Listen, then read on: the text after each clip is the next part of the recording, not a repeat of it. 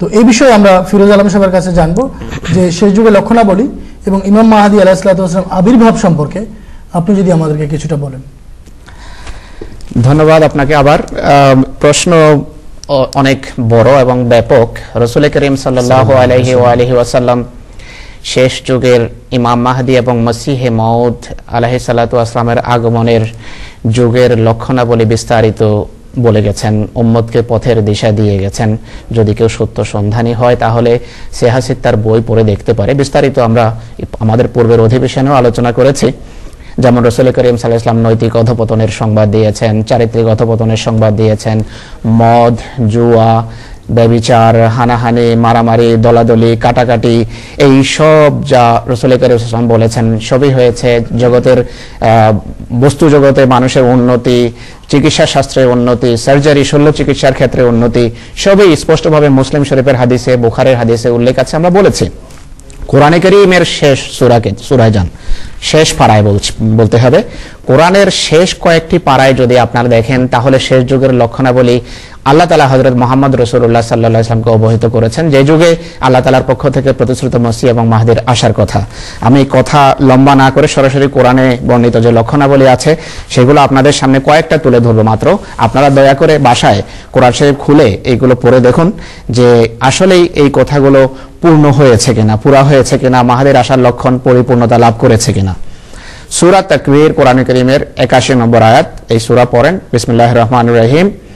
প্রথম আয়াত বিসমিল্লাহর পর আল্লাহ তাআলা বলছেন ইযা শামসু কুবিরাত, যখন সূর্য আবৃত করা হবে, ওয়া ইযান নুজুমুন কাদারাত, যখন নক্ষত্ররাজি নিষ্প্রভ হয়ে যাবে।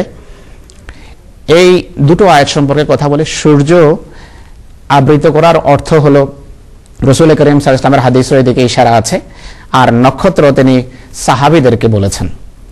অর্থাৎ রাসূল করিম সাল্লাল্লাহু আলাইহি ওয়াসাল্লামের মান্যকারী যারা সূর্যের মতো এবং যারা নক্ষত্রের মতো হওয়া উচিত। প্রথম যুগের সাহাবীরা ছিলেন রাসূলুল্লাহর মান্যকারীরা, তারা নক্ষত্র ছিলেন, আসহাবিকান নুজুম তিনি নিজে বলেছেন। কিন্তু যেই উম্মতের নক্ষত্র হওয়া উচিত ছিল, যাদের সূর্যের মতো আলো দেওয়ার বৈশিষ্ট্য থাকার কথা, কোরআনের এই আয়াতে আল্লাহ তাআলা বলছেন যে শেষ যুগে তাদের আলো কমে যাবে, নিষ্প্রভ হয়ে যাবে প্রতিটি নক্ষত্র। তারপর ওয়াইজাল ইশার উতলাত, যে সেই যুগ এমন যুগ হবে যখন গর্ভবতী উটনিগুলো বেকার পরিত্যক্ত হবে। এই লক্ষণ কি, এই কি কথা এখানে বলা হয়েছে এটি বুঝতে কোনো অসুবিধা হওয়ার কথা নয়। যেই পরিবেশে কোরআন কারীম নাযিল হয়েছে সেই পরিবেশে সবচেয়ে গুরুত্বপূর্ণ বাহন ছিল উট। সেই সময় ভবিষ্যৎবাণী করা হচ্ছে উট ছাড়া যখন অন্য কোনো কিছু ছিল না। সেই সময় কোরআন কারীম 1400 বছর পূর্বে হযরত মুহাম্মদ রাসূলুল্লাহর কথা যদি হতো এটি কোনোভাবে বলা সম্ভব হতো না। আল্লাহ তাআলা স্বয়ং হযরত মুহাম্মদ সাল্লাল্লাহু আলাইহি ওয়াসাল্লামকে অবহিত করেছেন যে এমন যুগ আসতে যাচ্ছে তোমার ধর্মের, যে যুগে উট বেকার হয়ে যাবে। এর ব্যাখ্যার দরকার নেই, আপনারা জানেন। আজকে বাহন হিসেবে সফরের জন্য, দীর্ঘ পথ অতিক্রমের জন্য কেউ এখন আর উট ব্যবহার করে না। আপনি কোনো চিড়িয়াঘরে হয়তো দেখতে পাবেন বা কোনো সমুদ্রের তীরে বাচ্চাদেরকে উটের পিঠে বসিয়ে মানুষ এক জায়গায় এক স্থান থেকে অন্য পয়েন্টে নিয়ে যাচ্ছে শুধু খেলা হিসাবে, বা বাচ্চাদের বিনোদন মনোতুষ্টির জন্য এটি করা হচ্ছে। এছাড়া উটের ব্যবহার নেই।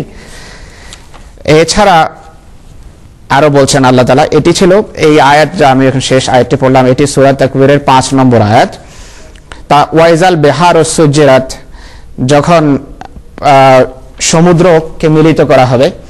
আজকের যুগে সমুদ্র কিভাবে মিলিত হয়েছে তা আপনারা জানেন, যে আটলান্টিক এবং প্যাসিফিক এই দুটো মহাসাগরকে পানামা খালের মাধ্যমে মিলিত করা হয়েছে।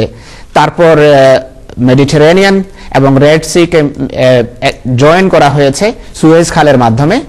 এইভাবে কোরআন কারীমের ভবিষ্যৎবাণী অক্ষরে অক্ষরে পরিপূর্ণতা লাভ করেছে।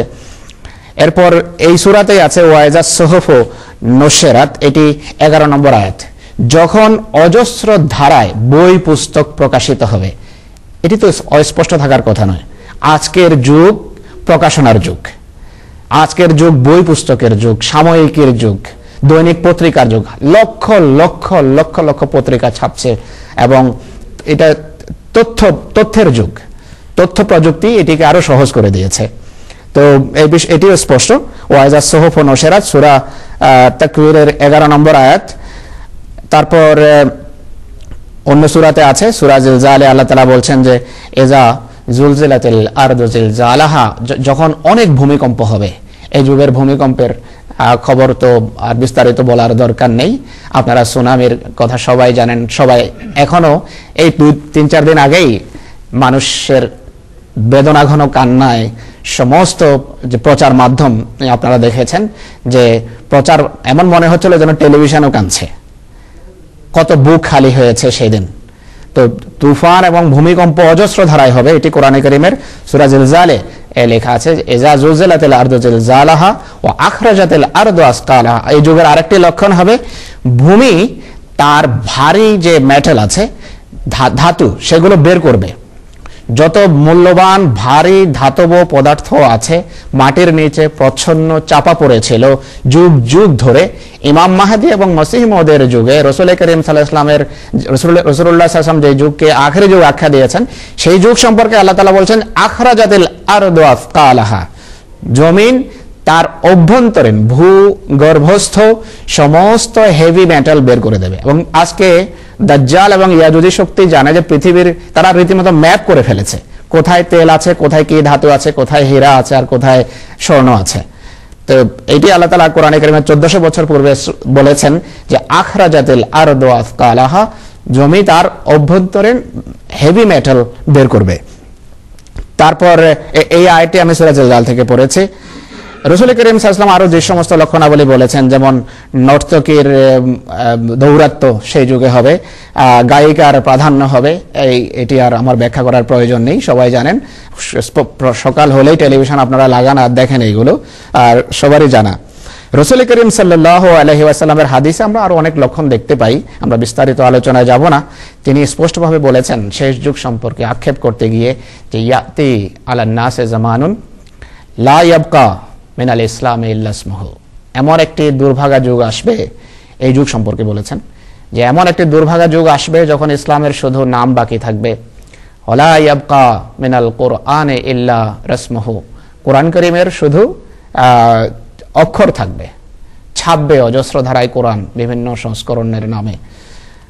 আর লা ইয়াবকা মিনাল কুরআনে ইল্লা রাসমুহু মাসাজিদুহুম আমিরাতুন ওয়া হিয়া খারাবুম মিনাল হুদা, যে তাদের মসজিদ, অনেক মসজিদ নির্মিত হবে, আবাদও হবে মসজিদ, কিন্তু হেদায়েত শূন্য হবে, মসজিদে হেদায়েত থাকবে না। কিছুক্ষণ আগে আপনারা ভিডিও ট্রেলার দেখলেন আমাদের এখানে টেলিভিশনের পর্দায়, প্রায় সবাই বলছিলেন যে মসজিদে অনেক নামাজি হবে, সুন্দর সুন্দর মসজিদ হবে, আবাদও হবে, কিন্তু হেদায়েত থাকবে না, হেদায়েত শূন্য হবে। উলামাহুম শাররু মান তাহতা আদিমিস সামা, বড় পরিতাপের বিষয়, এই কথা আমরা বলতে চাই না, এটি বলতে আমাদের ব্যথা লাগে, আমরা কষ্ট পাই। রাসূল করিম সাল্লাল্লাহু আলাইহি ওয়াসাল্লামের উম্মতের এক শ্রেণীর আলেম রাসূলুল্লাহ সাল্লাল্লাহু আলাইহি ওয়াসাল্লামের জন্য দুঃখের কারণ হয়েছে, কষ্টের কারণ হয়েছে আমাদের প্রিয় রাসূল সাল্লাল্লাহু আলাইহি ওয়াসাল্লামের জন্য। গতকাল আমি সেই রাসূলুল্লাহর সেই উক্তি অন্য একটি হাদিসের আলোকেও বলেছি যে তিনি এমন আলেমের সাথে নিজের সম্পর্ক ছেদ করেছেন, তিনি বলেছেন এদের সাথে আমার সম্পর্ক নাই। উলামাও হুম নাম দিয়েছেন তাদেরকে, যে তাদের আলেম। এই সমস্ত আলেমদের সম্পর্কে রাসূলুল্লাহ বলেছেন যে শাররু মান তাহতা আদিমিস সামা, আকাশের নিচে ধরা পৃষ্ঠে সবচেয়ে নিকৃষ্ট জীবেরা হবে এবং তারাই সকল ফিতনার কারণ হবে। মিন ইনদিহিম তাখরুজুল ফিতনাতু, ফিতনা তাদের মধ্য থেকে উচ্চারিত হবে, তারা মূর্তিমান ফিতনা হবে। ওয়া ইলাইহিম তাউদ ওয়া ফীহিম তাউদ, আর এই ফিতনা তাদের দিকেই ফিরে যাবে। তো রাসূল করিম সাল্লাল্লাহু আলাইহি ওয়াসাল্লাম যে ভবিষ্যৎবাণী করেছেন অক্ষরে অক্ষরে পরিপূর্ণতা লাভ করেছে, এবং যারা আহমদী নয়, যারা জামাতে আহমদিয়ার বিশ্বাস সম্পর্কে অবহিত নয়, বরং যদি শুনে তারা শত্রুতা রাখবে, তারা এই সমস্ত কথা স্বীকার করবে না যখন আহমদিয়তের নাম শুনবে।